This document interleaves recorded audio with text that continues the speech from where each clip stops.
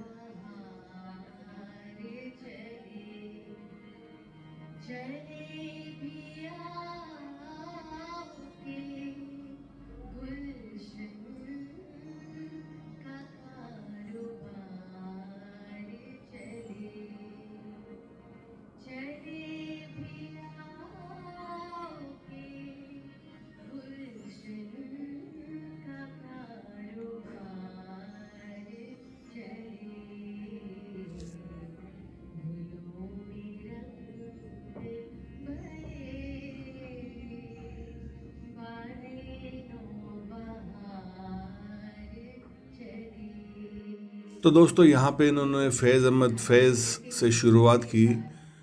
तो आप जानते ही होंगे भारतीय उपमहाद्वीप के एक प्रसिद्ध कवि थे फैज़ अहमद फैज़, या शायर कहिए, जो अपनी क्रांतिकारी उत्साह और उदासी कविता के लिए जाने जाते थे। तो दोस्तों फैज़ की कविताओं ने भारतीय उपमहाद्वीप के उथल पुथल भरे समय का दस्तावेजीकरण किया, जिसमें अनिश्चितता, तनाव और हिंसा के विषयों को संबोधित किया गया था। उन्हें 20वीं शताब्दी के सबसे प्रसिद्ध उर्दू कवियों में से एक माना जाता है, जो आम पाठकों और साहित्यिक पाराखी दोनों से अपील करते हैं।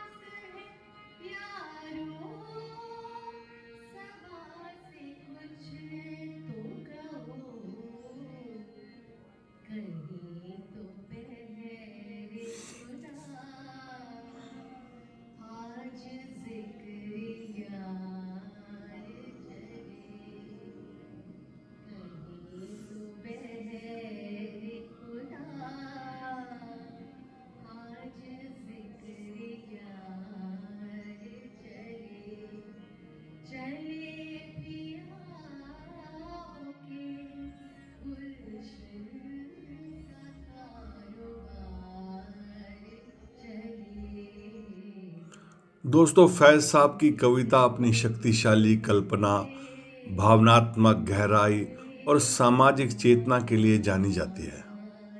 फैज़ का काम अक्सर प्यार, हानि और सामाजिक न्याय के लिए संघर्ष के विषयों की पड़ताल करता है दोस्तों। वो विशेष रूप से अपनी गज़लों के लिए माने जाते हैं, जो उर्दू कविता का एक पारंपरिक रूप था दोस्तों। दोस्तों, उर्दू कविता के कई रूप हैं। फ़ारसी कविता से उधार लिए गए, जैसे गज़ल, कसीदा, मसरियाँ, रुबाई आदि। इनमें सबसे लोकप्रिय गज़ल है दोस्तों। गज़ल का अर्थ महिलाओं के साथ बातचीत और मूल रूप से इसका उपयोग कामुक विषयों के लिए किया जाता था।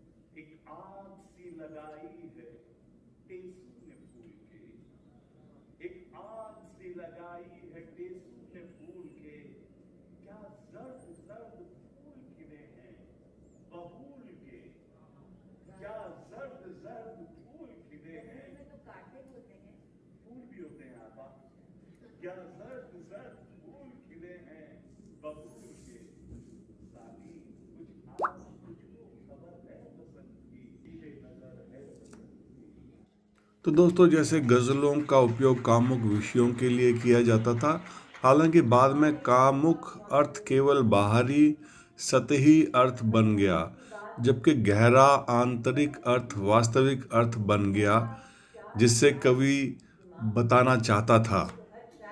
उदाहरण के लिए, उर्दू शायरों द्वारा प्रयुक्त शब्द इश्क का अर्थ अक्सर स्त्री पुरुष के बीच प्रेम नहीं होता। इसका प्रयोग अक्सर ईश्वर के प्रति प्रेम के रहस्यवादी सूफी अर्थ में किया जाता है, या इसका मतलब किसी आदर्श के प्रति जुनून हो सकता है, जिसके लिए कोई व्यक्ति बलिदान देने को तैयार रहता है।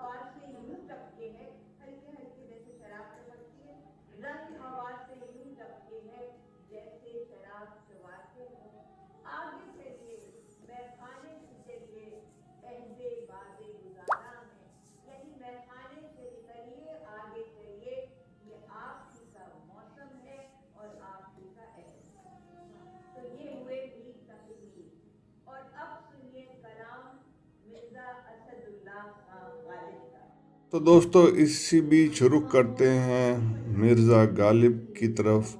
फिर इस अंदाज से बाहर आई है।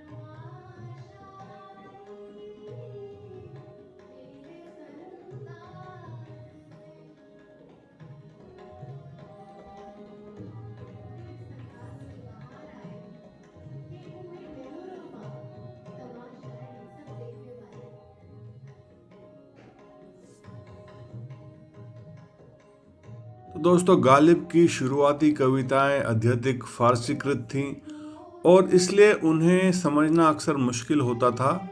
उनके जीवनी लेखक ने लिखा है कि गालिब की लगभग एक तिहाई नज़मों को शायद ही उर्दू कहा जा सकता है और आज भी उनकी कुछ नज़मों को समझना मुश्किल है। दोस्तों, संगीत के महानतम उस्तादों में से एक मिर्ज़ा असदुल्ला खान, जिनका उपनाम गालिब, एक जन्मजात कवि थे जिन्होंने न केवल विचारशील कविता लिखी बल्कि काव्यात्मक रूप से सोचा भी। अपनी असाधारण कोमलता और संवेदनाशीलता के लिए जाने जाने वाले गालिब अपने युग के कवियों में से ऊपर उठे और अपने समय से आगे की सोच रखते थे। दोस्तों, गालिब का मानना था कि संस्कृति के आदर्श स्वतंत्रता के अलगाव में नहीं बल्कि विचार और कार्य के सभी क्षेत्रों में व्यक्तियों और समाजों की अंतर्निर्भरता पर निहित है। मेरा पंथ एकता है, मेरा विश्वास अनुष्ठानों का त्याग है। वह एक ऐसे सीखने वाले समाज के पक्ष में थे जहां दिमाग स्वतंत्र हो और सिर ऊंचा रखा जाए। उनकी कविता सौंदर्य और सत्य पर आधारित एक गहरे दर्शन को दर्शाती है और सार्वभौमिक रूप से महान कविता के रूप में स्वीकार की गई है। दोस्तों, मिर्ज़ा गालिब सेना अधिकारियों के एक संपन्न परिवार में आगरा में जन्मे। तो दोस्तों, गालिब शायरी को बड़प्पन के लिए आवश्यक उपलब्धि मानते थे जिस पर उन्हें हमेशा गर्व था। उन्होंने अपनी पहली उर्दू गज़ल 9 साल की उम्र में और अपनी पहली फ़ारसी मसनवी 11 साल की उम्र में लिखी थी। दोस्तों, उनके शुरुआती प्रभावों में उन दिनों आगरा के एक प्रतिष्ठित शिक्षक शेख मुअज़्ज़म हुरमुज़ नामक एक फ़ारसी विद्वान थे। गालिब साहब पैदा तो आगरा में हुए लेकिन उनका ज़्यादातर दौर दिल्ली में गुजरा। दोस्तों, आज भी उनका जो बल्ली मारान में घर है वो एक म्यूज़ियम बन गया है, तो वहाँ पे भी आप जा सकते हैं और नज़दीकी से जान सकते हैं कि गालिब का रहना उठना बैठना कैसा था। उनकी हवेली को पुनर्निर्मित किया गया है और विरासत सूची में शामिल भी है। दोस्तों, इसी घर में उन्होंने अपने अमर छंदों की रचना की। यहीं पर उन्होंने प्रेम प्रसंग रचाया, यहीं पर उन्होंने जी भर कर शराब पी, जुआ खेला और जेल गए। दोस्तों, गालिब 1857 के विद्रोह के संदिग्ध भी थे। उनकी पेंशन बंद कर दी गई, उनका अंत दयनीय हुआ। दोस्तों, जिस कवि ने अपनी युवा अवस्था में सभी देवताओं को चुनौती दी और देवदूतों को चुनौती दी, उसे बुढ़ापे में एहसास हुआ कि गज़ल उसके लिए एक संकीर्ण शैली थी। वो खुद को व्यक्त करने के लिए व्यापक दृष्टिकोण चाहता था। दोस्तों, कहते हैं कि अपनी युवा अवस्था में गालिब बहुत सुंदर व्यक्ति थे। यादगार गालिब में उनके सर्वश्रेष्ठ जीवन लेखक अल्ताफ़ हुसैन हाली ने लिखा है, जब मैं उनसे पहली बार मिला तो कोई भी आसानी से देख सकता था कि वह कितना सुंदर आदमी रहा होगा।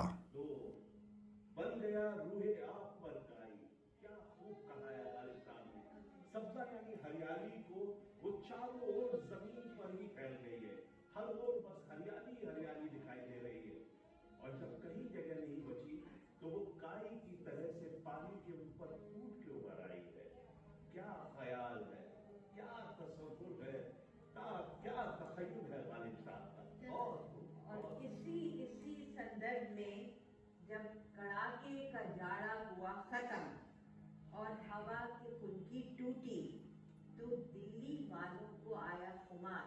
अब आप माने न माने, आपको खुमार तो जरूर आता होगा। दिल्ली वालों को आया खुमार और हाज़रीन दिल्ली, एक कहावत है कि हफ्ते के 7 दिन और 9 मेले, यानी दिन नहीं भरता दिल्ली वालों का। तो हाज़रीन,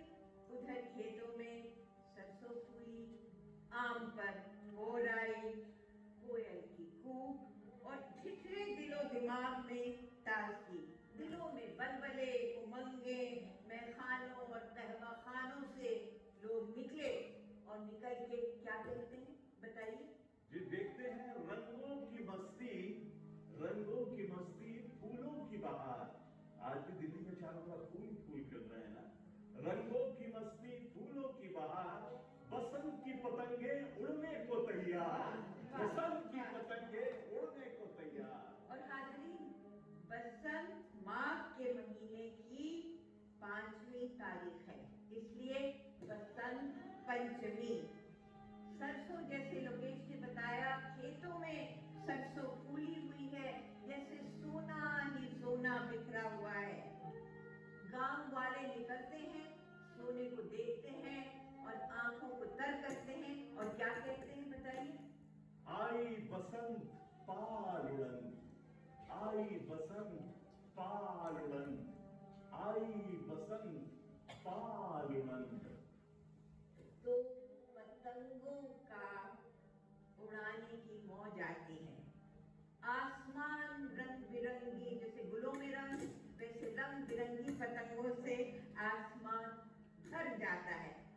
और शायद क्या कहते हैं, अब इस शेर को गौर से सुनिए।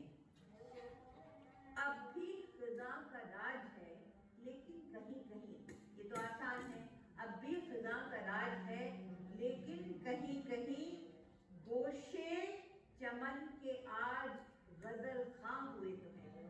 अब ये आप समझिए कि फिजा है, मगर कहीं कहीं कोई कली फूट रही है, कोई फूल खिल रहा है, और ऐसा लगता है कि वो गजलें गा रहे हैं, यहाँ गजल, वहाँ गजल, यहाँ गजल। तो इसलिए शायद कहते हैं, अब भी फिजा का राज है, लेकिन कहीं कहीं गोशे चमन के आज गजल खां हुए तो हैं। तो दोस्तों ये कारवां चलता रहा और हम पहुँचे फैज़ अहमद फैज़ की तरफ। नसीब आजमाने के दिन आ गए हैं, तो हमने एक स्विच ओवर किया, यहाँ गालिब चल रहा था, अब फैज़ अहमद फैज़ की तरफ चल पड़ा।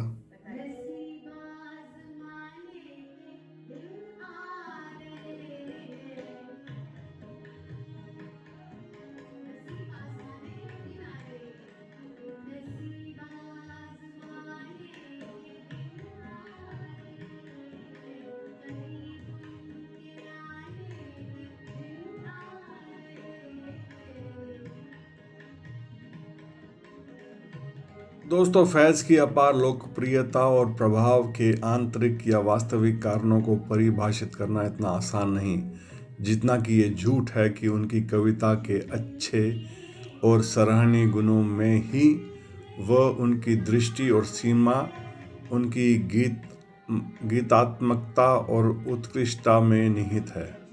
कल्पना, उनकी बारीक धारणाएं, जीवन की जटिल समस्याओं पर उनकी काल्पनिक समझ और अनुवाद करने की क्षमता, उनके काव्यात्मक रूपों में शास्त्रीय छवियों और प्रतीकों को बदलना और उन्हें नए अर्थ प्रदान करने की उनकी क्षमता मानी हुई है। उनका मानवतावाद, जीवन के प्रति गर्मजोशी और दयालु दृष्टिकोण, साथ ही उनका क्रांतिकारी उत्साह अद्भुत था दोस्तों। उनकी कविता की धारणा और सूक्ष्म बारीकियां और उनकी कविताओं में विचार और भावना का सामंजस्य, वह एक कवि थे। गज़लों, नज़्मों दोनों विधाओं में उत्कृष्ट था, जिससे उनका कद भी बढ़ा। अपने उथल पुथल भरे जीवन के दौरान फैज़ ने लगातार लिखा और प्रकाशित किया और भारत और पाकिस्तान दोनों में सबसे ज़्यादा बिकने वाले आधुनिक उर्दू कवि बन गए दोस्तों।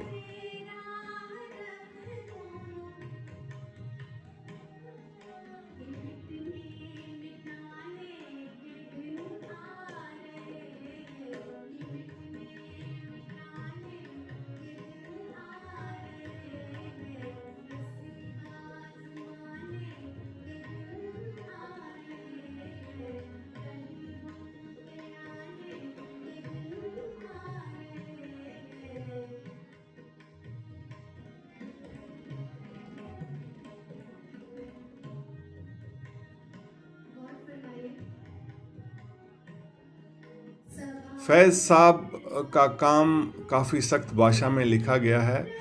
उनकी कविताएं एक अनौपचारिक संवादी स्वर बनाए रखती है जो अभी जात वर्ग और आम के बीच तनाव पैदा करती है।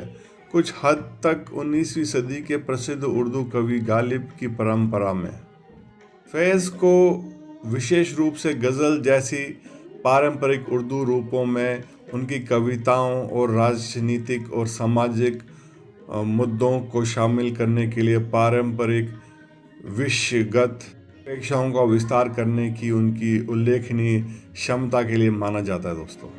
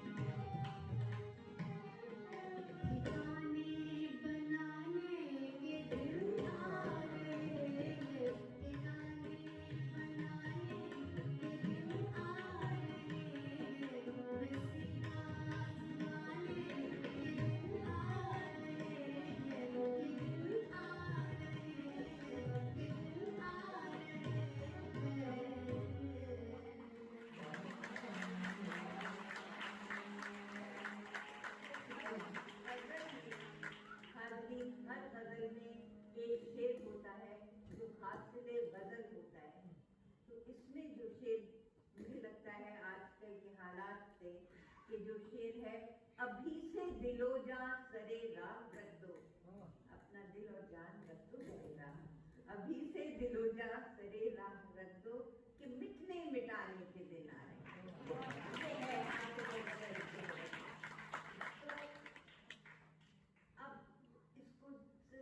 आगे बढ़ाते हैं। बसंत ऐसा त्योहार है कि हमेशा हिंदू और मुसलमान मिलकर वो तकरीब मनाते थे, वो त्योहार मनाते थे। और चाहे वो आम लोग हों, चाहे वो बादशाह हों, चाहे वो औलिया हों, चाहे वो सूफी हों, एक मिली जुली गंगा जमुनी तहजीब जो थी वो बसंत की एक रूह थी। तो इसका जिक्र एक बहुत मशहूर सयाह थे। सयाह मीन्स अ ट्रैवलर, एक मशहूर सयाह थे जिनका नाम था अल-बैरूनी। आप सब जानते हैं अल-बैरूनी। उन्होंने एक किताब लिखी थी, किताबुल हिंद। उसमें उन्होंने इस मौसम बहार का जिक्र किया था। और क्या जिक्र किया था? ये उन्होंने एक गंगा जमुनी कॉन्टेक्स्ट में ये जिक्र किया था।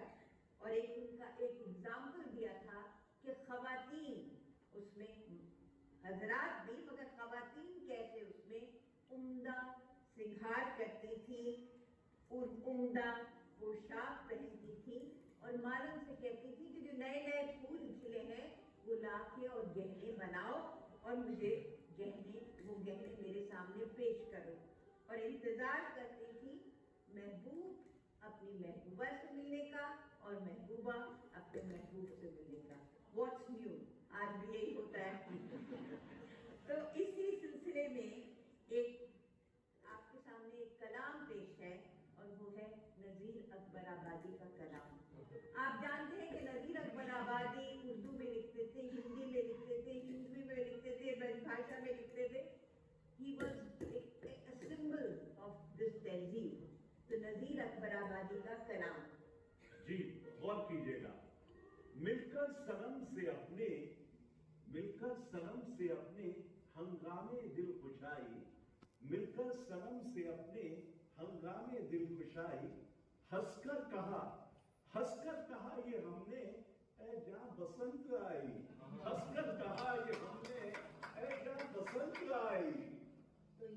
दोस्तों, गज़लें दोहों में लिखी जाती है जिन्हें शेर कहा जाता है।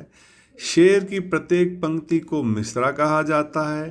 एक नज़म यानी कविता में अक्सर कई शेर होते हैं, लेकिन प्रत्येक शेर एक स्वनिहित इकाई हो सकता है जिसका नज़म में अन्य शेरों के साथ कोई विषयगत संबंध नहीं होता। हालांकि एक नज़म में एक सामान्य विषय के साथ शेर भी हो सकते हैं।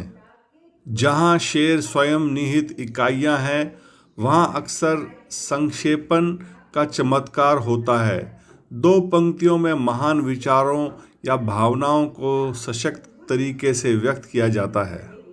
उर्दू शायरी के सभी रूप गज़ल नहीं हैं। गज़ल बनने के लिए 5 सख्त नियमों का पालन करना पड़ता है। ये हैं रदीफ़, काफ़िया, मतला, मक्ता और बेहर। अगर ये कविता में नहीं है तो वो गज़ल नहीं है दोस्तों। पोशाक से मिलाई, रंगत फिर उसकी अपनी पोशाक से मिलाई। जिस दम किया मुकाबिल कपड़ों से अपने उसको, जिस दम किया मुकाबिल कपड़ों से उसने उसको, रंगत जो उसकी देखी उससे सिवाही पाई, वो भी बेहतर थी। और फिर क्या हुआ? फिर सब मसरतों से, फिर सब मसरतों से, सौ नजाकतों से, फिर सब मसरतों से, सौ नजाकतों से, नाजुक बदन पे अपने पोशाक वो सजाई। वाह, क्या नाजुक बदन बात पे है। अपने पोशाक वो सजाई। क्या बात है। दोस्तों, उर्दू एक मिश्रित भाषा है जो उत्तरी भारत की बोली जाने वाली भाषाओं पर आधारित है। में अरबी और फारसी शब्दों का प्रचुर मिश्रण है। तो सफ़र आगे बढ़ता रहा। मैं तो खड़ी थी आस लगा के अमीर खुसरो के दौर की तरफ, हमें इतिहास में और पीछे ले जाते हुए।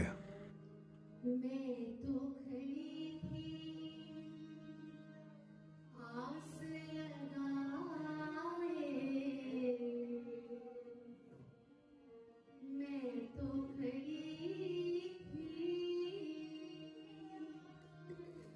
आस लगाए, मैं भी गजरा मांग सजाए, देख सुरतिया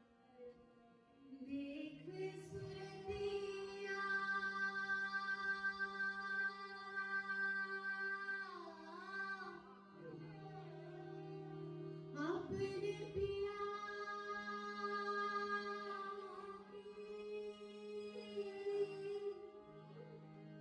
की, देख सुरतिया अपने पिया की, अपने पिया की, अपने पिया की, अपने पिया की, अपने पिया की।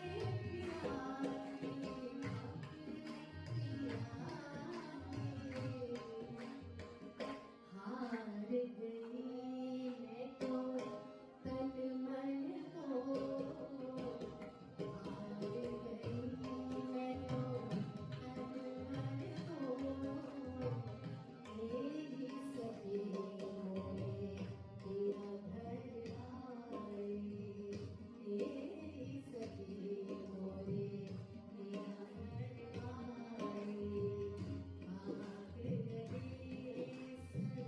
भाग गए दोस्तों, अमीर खुसरो को उनके एक संरक्षक द्वारा अमीर की उपाधि से अलंकृत किए जाने के बाद एक सैनिक, दरबारी, सूफी, कवि, साहित्यकार और संगीत उस्ता होने का अद्वितीय गौरव प्राप्त हुआ। हालांकि उनके जीवन और कार्यों का विवरण काफ़ी हद तक अनिश्चित है। हमारे पास बहुत कुछ है जो हमें विभिन्न अवतारों में उनके चित्र बनाने में मदद करता है, जिनका उन्होंने बड़े पैमाने पर प्रतिनिधित्व किया है। दोस्तों, खुसरो को मलिक अलाउद्दीन कुशूल खान उर्फ मलिक छजू, बुगारा खान, खान मोहम्मद, सरदार हातिम खान, केकोबाद, जलालुद्दीन, फ़िरोज़ खिलजी, अलाउद्दीन खिलजी, कुतुबुद्दीन मुबारक शाह, गियासुद्दीन तुगलक और जैसे कई राजकुमारों, प्रमुख और सम्राटों के साथ सेवा करने का अनूठा गौरव प्राप्त हुआ। वे मोहम्मद तुगलक कि कई अदालतों में उच्च पदों पर रहते हुए भी वो हज़रत निज़ामुद्दीन के एक समर्पित शिष्य बने रहे दोस्तों, जिनसे उन्होंने अपनी आध्यात्मिक शक्ति मांगी थी और जिनके चरणों में उन्हें दफनाया भी गया दोस्तों खुसरो एक बहुत ही विपुल लेखक और दुर्लभ विशिष्टता के कवि थे। उन्हें फारसी, हिंदवी और रेख्ता कवि के रूप में व्यापक रूप से सम्मान दिया जाता है। उन्होंने अपनी साहित्यिक अभिव्यक्त के लिए अपभ्रंश से परे अद्वितीय भाषा और एक अद्वितीय भाषा विकसित की दोस्तों। उन्होंने मानव वाणी को एक नई भूमिका सौंपी जो कविता और गद्य में उनके द्वारा रचित लगभग 100 कार्यों की आश्चर्यजनक विविधता से स्पष्ट है, जिसमें मोटे तौर पर कई दीवान, मथनवीस, ग्रंथ और अन्य रचनाएं शामिल हैं। यद्यपि उनके कार्यों की संख्या निश्चित रूप से सुनिश्चित नहीं की जा सकती है, ना ही उनके द्वारा किए गए कार्यों को प्रामाणिकता को किसी भी विश्वास के साथ निर्धारित किया जा सकता है। विभिन्न स्रोतों से उपलब्ध कार्यों के कारण वह एक प्रतिष्ठित कवि बने हुए हैं दोस्तों। साहित्य से आगे बढ़कर खुसरो ने संगीत में भी अपना योगदान दिया। उन्होंने राग बनाए, ख्याल, तराना, कौल और कव्वाली विकसित की, साथ ही तबला और सितार को भी आगे बढ़ाया। ये 2 वाद्य यंत्र हैं जो स्पष्ट रूप से भारतीय संगीत को दूसरे से अलग करते हैं और इसकी विशेषताएं बताते हैं दोस्तों।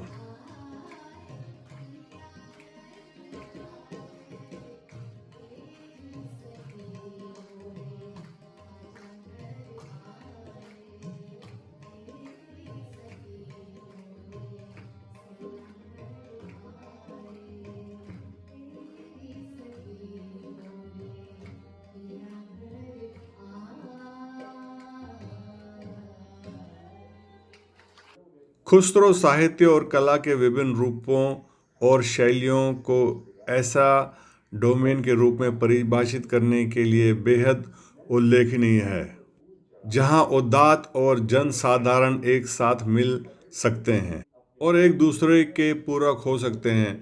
उन्होंने विभिन्न विषयों पर लिखा, जिनमें देशभक्ति, उदारवाद, एकीकरण, लोक जीवन और जीवन जीने के कैथोलिक मूल्य शामिल हैं दोस्तों, जो सामाजिक मानदंडों और सांस्कृतिक प्रथाओं के साथ साथ बोलियों के अच्छे मिश्रण से उभरते हैं दोस्तों। तो इसी बीच दोस्तों ये उर्दू का मोहब्बत का दौर आगे बढ़ते हुए और ये गाते हैं, हे सकना बना सरसों कला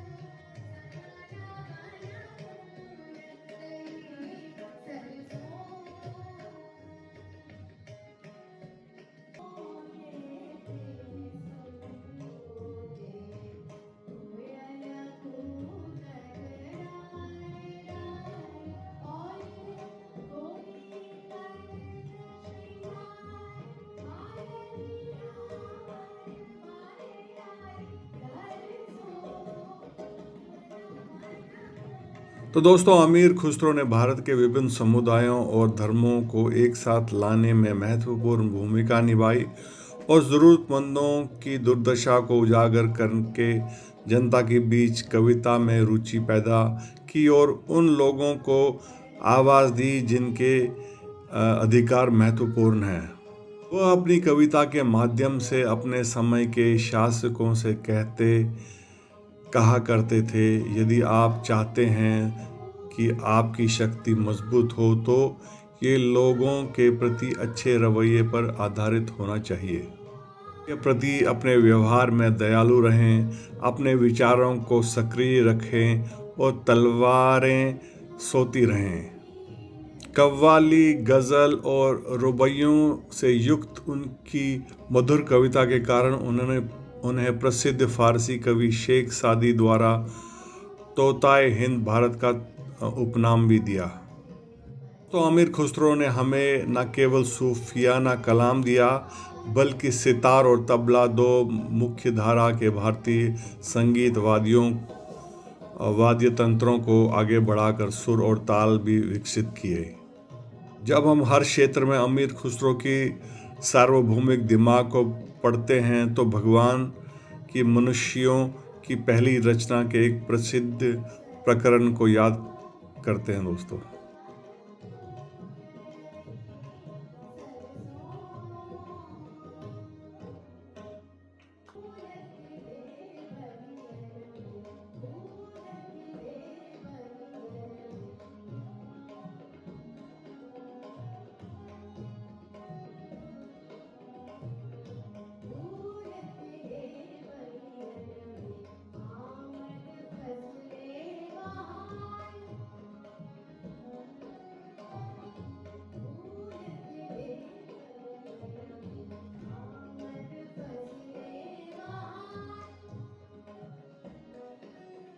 तो दोस्तों 18वीं शताब्दी तक उर्दू साहित्य के एक समूह के साथ एक अच्छी तरह से विकसित भाषा बन गई, जिसमें मुख्य रूप से कविता शामिल थी।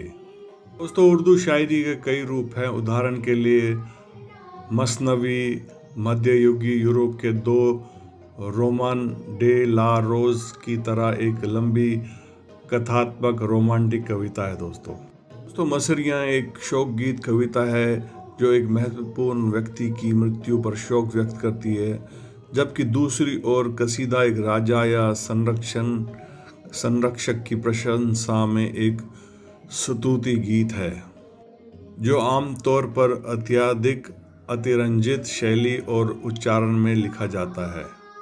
नात एक कविता है जो कवि की इस्लाम के पैगंबर के प्रति भक्ति को व्यक्त करती है। रुबाई उमर खयाम की रुबाइयत जैसी एक विशिष्ट विषय पर 4 पंक्तियों की कविता है दोस्तों उर्दू में हास्य और व्यंग कविता भी प्रचुर मात्रा में है। हालांकि कविता का सबसे लोकप्रिय और महत्वपूर्ण रूप निसंदेही गज़ल है। गज़ल छंदों में लिखी गई एक प्रेम कविता है जिसमें 2 हेमिस्टिच शामिल हैं, जिन्हें शेर कहा जाता है। एक गज़ल में 7 या 9 शेर हो सकते हैं, लेकिन उनमें से प्रत्येक विचार में दूसरे से स्वतंत्र हो सकता है दोस्तों। एक वो जो जुदाई की पीड़ा के बारे में हो सकती है और दूसरी दुनिया की नश्वरता के बारे में हो सकती है जबकि उसके बाद वाली वो किसी प्रियजन मानव या दिव्य के प्रति अटूट भक्ति व्यक्त कर सकती है। दोस्तों इसी बीच सफ़र बढ़ता रहा, वो बसंत फिर आई।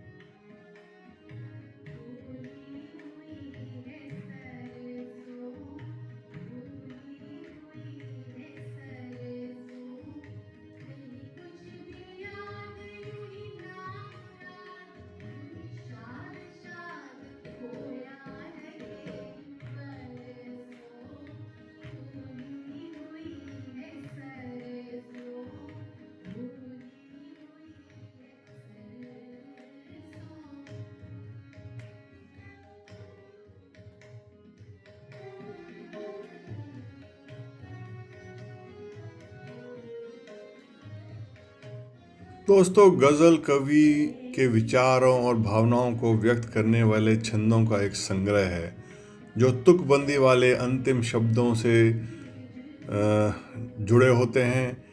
ये कवि को इच्छा अनुसार एक विषय से दूसरे विषय पर जाने की स्वतंत्रता देते हैं। गज़ल में व्यक्ति प्रेम आदर्श प्रेम है जिसमें प्रेमिका की देवी की तरह आराधना और पूजा की जाती है। दोस्तों 1930 के दशक में एक शक्तिशाली आधुनिकतावादी साहित्य आंदोलन उभरा जिसने उर्दू साहित्य के विचारों के साथ साथ रूपों को भी बदलने की कोशिश की।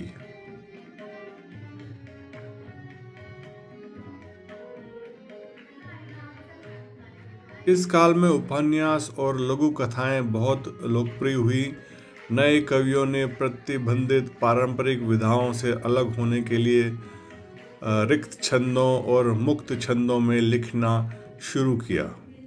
कवियों और कथा लेखकों ने अपने कार्यों के माध्यम से प्रचलित सामाजिक और राजनीतिक व्यवस्था में सुधार करने का प्रयास किया। उनके लेखन को सामाजिक टिप्पणियों के रूप में उपयोग करते हुए कुछ लोगों ने ब्रिटिश शासन से आज़ादी के बारे में जोरदार चर्चा की। हालांकि गज़ल इन क्रांतिकारी परिवर्तनों के बावजूद कविता के सबसे लोकप्रिय रूप में बची हुई है। लोग अभी भी बड़ी संख्या में कवियों की कविता सुनने के लिए लंबे समय तक, कभी कभी तो पूरी रात इकट्ठा होते हैं। कवियों के जमावड़े को मुशायरा कहा जाता है और ये एक छोटा अंतरंग सामाजिक समारोह होता है। परंपरागत रूप से कवि और श्रोता घोड़े की नाल की आकृति में कालीन से ढके फर्श पर बैठते हैं। नेता आमतौर पर सबसे प्रतिष्ठित कवि या सबसे सम्मानित विद्वान होता है। कविताओं का पाठन सबसे कम उम्र या सबसे कम ज्ञात कवि से शुरू होता है। आमतौर पर कवि के सामने एक तेल का दीपक या जलती हुई मोमबत्ती रखी जाती है ताकि ये संकेत दिया जा सके कि अब उसकी पढ़ने की बारी है और उसके पढ़ने के लिए बेहतरीन रोशनी प्रदान की जाती है। आरोही क्रम में कवियों ने अपनी कविताओं तब तक पढ़ी जब तक मोमबत्ती नेता के पास नहीं आ गई। दोस्तों, नेता यहाँ कवि है तो अपनी कविता पढ़ेगा, यदि नहीं तो वो उस दिन पढ़ी गई कविताओं पर टिप्पणी करेगा। फिर वो मिसरा ए तराहा या छंदमक पैटर्न पर कविता की आधी पंक्ति की घोषणा करके, जिसके द्वारा कवियों को अगली बैठक के लिए अपनी कविताएं लिखनी होंगी। दोस्तों, मुशायरे के बाद अक्सर शायरी और साहित्यिक व कलात्मक सरोकारों की बारीकियों पर चर्चा होती है या कभी कभी मतभेद का कारण बनता है, जो हफ्तों और महीनों तक विवाद का कारण बनता है। मुशायरा ईर्ष्या और प्रतिद्वंदियों को भी जन्म दे सकता है। दोस्तों, आजकल भारतीय उपमहाद्वीप में मुशायरा कुछ हद तक बदल गया है, लेकिन अभी भी उतना ही जीवान और बौद्धिक रूप से उत्तेजक है। मुशायरा दुनिया भर के उन शहरों में आयोजित किए जाते हैं जहां उर्दू बोलने वाली आबादी अधिक है, लेकिन इसका मायने ये नहीं है कि जहां उर्दू नहीं बोली जाती वहां ये प्रसिद्ध नहीं है। जैसे यूनाइटेड किंगडम, कनाडा, अमेरिका में कई मुशायरे होते हैं। दोस्तों, दिलचस्प बात यह है कि इन मुशायरों में हम जैसे अनवाइंडर्स, वैज्ञानिक, वकील, डॉक्टर, कंप्यूटर विशेषज्ञ और अलग लोग होते हैं जो अपने आप को जुड़ना चाहते हैं इस परंपरा से। तो दोस्तों, इसी बीच हामिद खुसरो की पेशकश मोहे अपने ही रंग में। दोस्तों, यहाँ एक बार हम फिर रुख करेंगे गालिब की तरफ। गालिब जिस काव्य परंपरा का प्रतिनिधित्व करते हैं वो साहित्य से कहीं अधिक, संस्कृति से कहीं अधिक है। इसने मानव अस्तित्व की समस्या के प्रति मानव स्वभाव की प्रतिक्रिया को जोरदार और सुसंगत रूप से व्यक्त किया है। दोस्तों, ये उन तत्वों का मिश्रण था जो दार्शनिक, रहस्यमय और सौंदर्यवादी थे। ऐसे तत्व भी थे जो अनिवार्य रूप से तुच्छ और व्यंजनपूर्ण थे। दोस्तों, मनुष्य के रूप में गालिब कवि के रूप में गालिब से बेहतर नहीं हो सकते। वो एक आदमी के रूप में वो दुनिया का एक आदमी था जो शानदार आराम से रहना चाहता। एक कवि के रूप में वो समय और स्थान की सीमाओं से परे है। दोस्तों,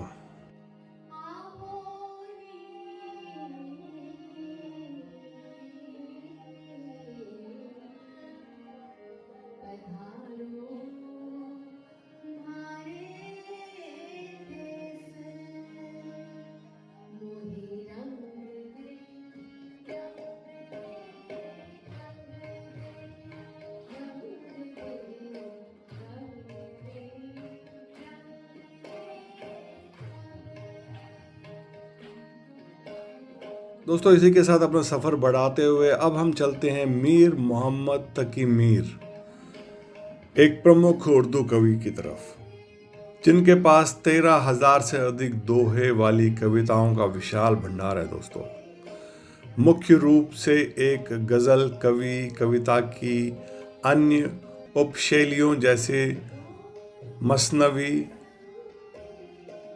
छंदबंद, दोहे में एक लंबी कविता, कसीदा एक प्रकार का स्रोत और रुबाई 4 पंक्ति छंदों की एक कविता में उनकी विशेषता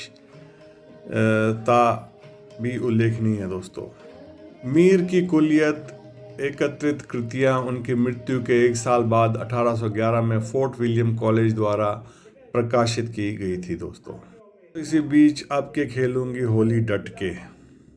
दोस्तों मीर की बहुमुखी प्रतिभा और उनके बाद आने वाली कवियों द्वारा उन्हें उच्च सम्मान दिए जाने के कारण उन्हें खुदाए सुकून या उर्दू कविता का देवता कहा जाता है। दोस्तों हालांकि सहज निर्णय और व्यक्तिक परक आकलन के अलावा मीर की महानता के कारणों को इंगित करना हमेशा आसान नहीं होता। मीर को उनकी गज़लों के लिए जाना जाता है जो ज़्यादातर प्रेम के बारे में है। उनकी विशाल मुअम्मल इश्क प्रेम के चरण उर्दू की सबसे महान प्रेम कविताओं में से एक है। दोस्तों मीर की शायरी अक्सर दुखद होती है क्योंकि उन्होंने बहुत नुकसान और कठिनाइयों का अनुभव किया। उनके परिवार की मृत्यु हो गई और उन्हें अन्य असफलताओं से जूझना पड़ा, जैसे कि दिल्ली में दर्दनाक घटनाएं। मीर की शायरी अपनी करुणा और उदासी के लिए जानी जाती है। दोस्तों मीर उस युग में रहते थे जब उर्दू भाषा और कविता अभी भी विकसित हो रही थी।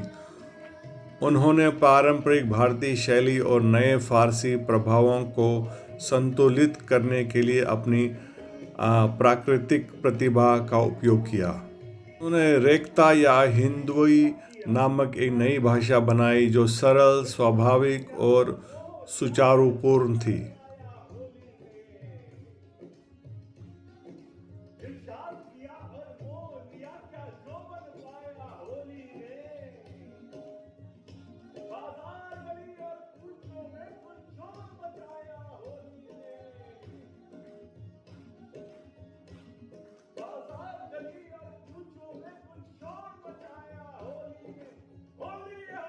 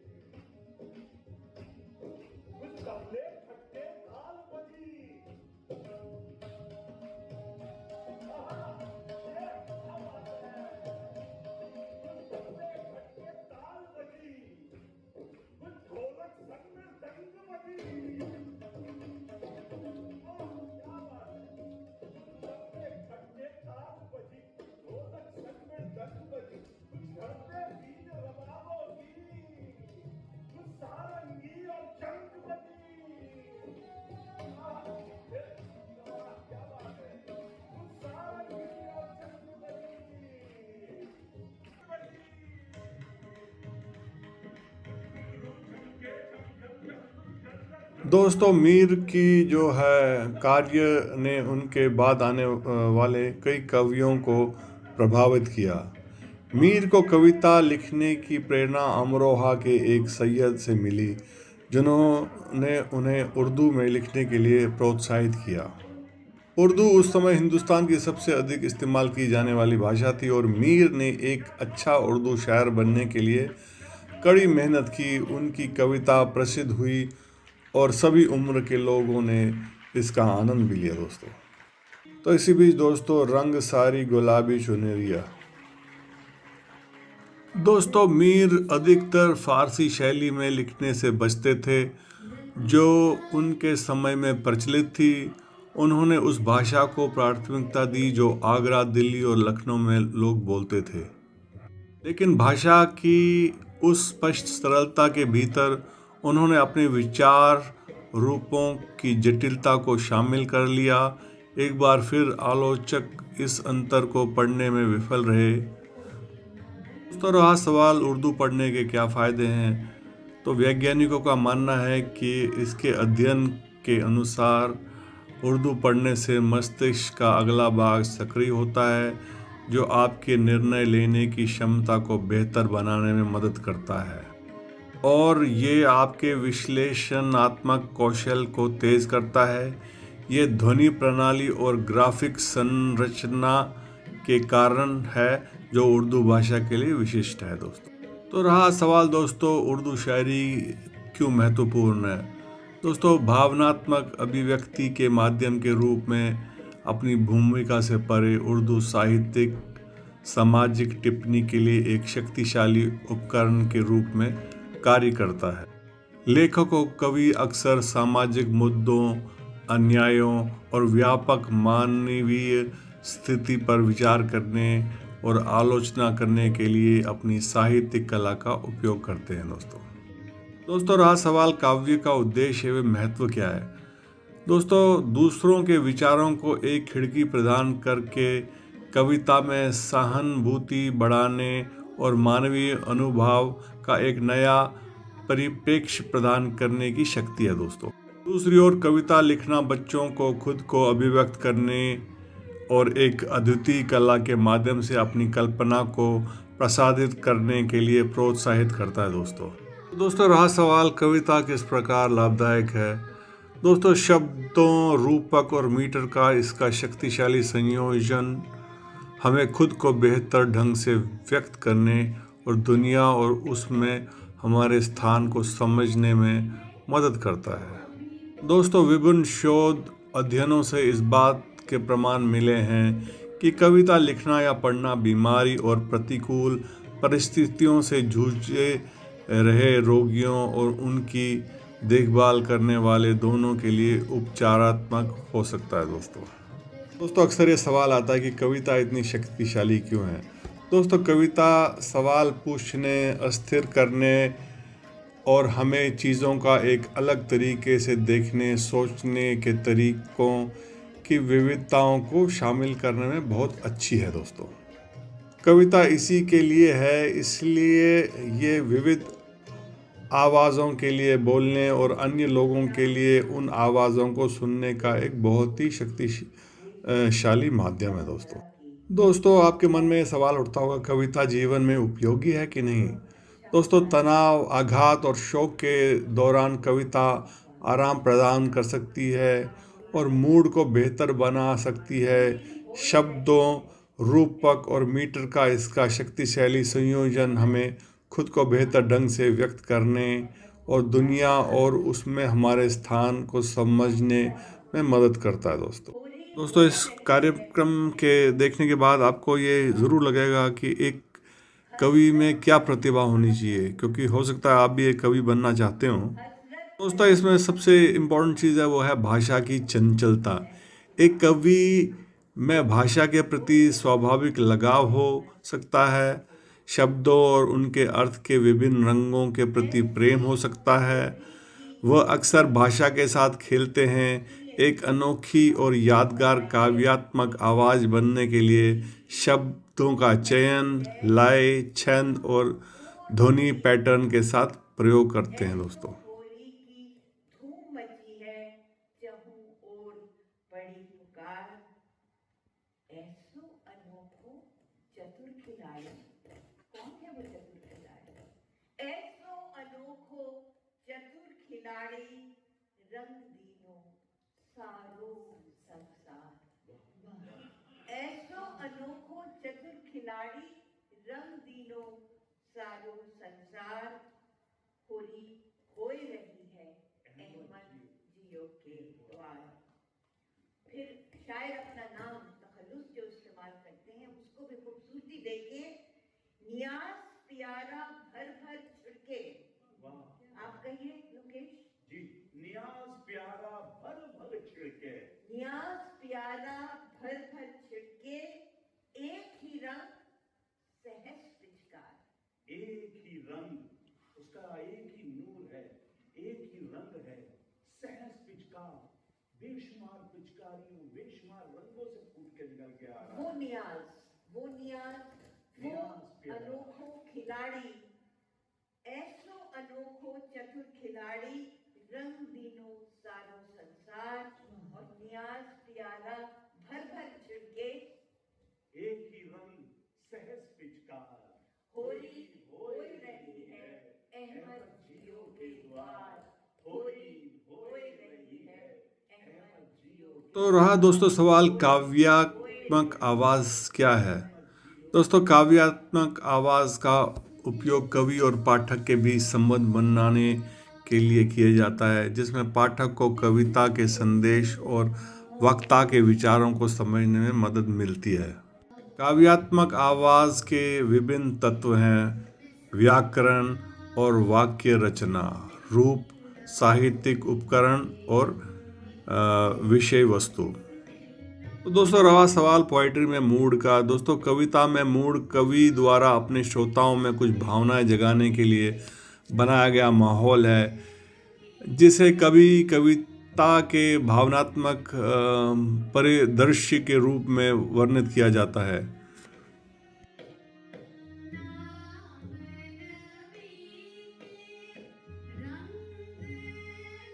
तो दोस्तों रहा सवाल कि कविता और नृत्य के बीच का क्या संबंध है। दोस्तों, भावनात्मक अभिव्यक्ति मीन्स इमोशनल एक्सप्रेशन।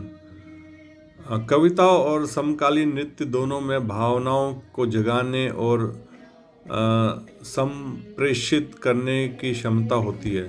कवि चित्र बनाने और भावनाओं को व्यक्त करने के लिए शब्दों और साहित्यिक तकनीकों का उपयोग करते हैं, जबकि समकालीन नर्तक भावनाओं को शारीरिक रूप से व्यक्त करने के लिए आंदोलन, हाव भाव और शारीरिक भाषा का उपयोग करते हैं। दोस्तों रहा सवाल, साहित्य में नृत्य क्यों महत्वपूर्ण है। नृत्य साहित्य कैसे सिखा सकता है। दोस्तों, नृत्य का उपयोग साहित्यिक चयन की स्वर गुणवत्ता को चित्रित करने के लिए भी प्रभावी ढंग से किया जा सकता है, जिसमें वाक्य विन्यास, लय और उच्चारण के बदले पैटर्न के माध्यम से प्राप्त स्वर की विविधताएं शामिल हैं। कथा और या विषय के चयनित खंडों की नृत्य के माध्यम से व्याख्या की जा सकती है। रूप दोस्तों यहाँ दिखते हुए। दोस्तों, नृत्य और साहित्य से क्या संबंध है। नृत्य और साहित्य दोनों ही हमें दुनिया के विभिन्न संस्कृतियों को समझने में मदद कर सकते हैं। इनका अध्ययन करके हम अतीत, वर्तमान और भविष्य के मानवीय अनुभवों का अध्ययन करते हैं। दोस्तों, आधुनिक मूल अमेरिकी संस्कृति बेहद विविध है और अमेरिकी भारतीय कलाकृतियों इस विविधता को प्रतिबिंबित करती हैं। दोस्तों सवाल यह है कि नृत्य का मूल क्या है। दोस्तों, डांस से कैलोरी बर्न होती है, मांसपेशियां मजबूत होती हैं, संतुलन बेहतर होता है, लचीलापन बढ़ता है और दिल को अच्छी कसरत मिलती है। ये भी सिद्ध हुआ है कि नृत्य सांजात्मक विकास को बढ़ाता है। दोस्तों, रहा सवाल अनवाइंडिंग का। हमने जब सफ़र अपना शुरू किया, हमारे विचार ये था कि हम अपने आप को अगर अनवाइंड करना चाहते हैं तो हमें दूर पहाड़ों में जाना पड़ेगा, ऐसे एकांत जगहों पे, या किसी समुद्री किनारे पे। लेकिन दोस्तों यहाँ हमने एक्सपीरियंस लिया कि इवन एक छोटे से ऑडिटोरियम में आप अपने आप को अनवाइंड कर सकते हो, जैसे हमने यहाँ किया। धन्यवाद।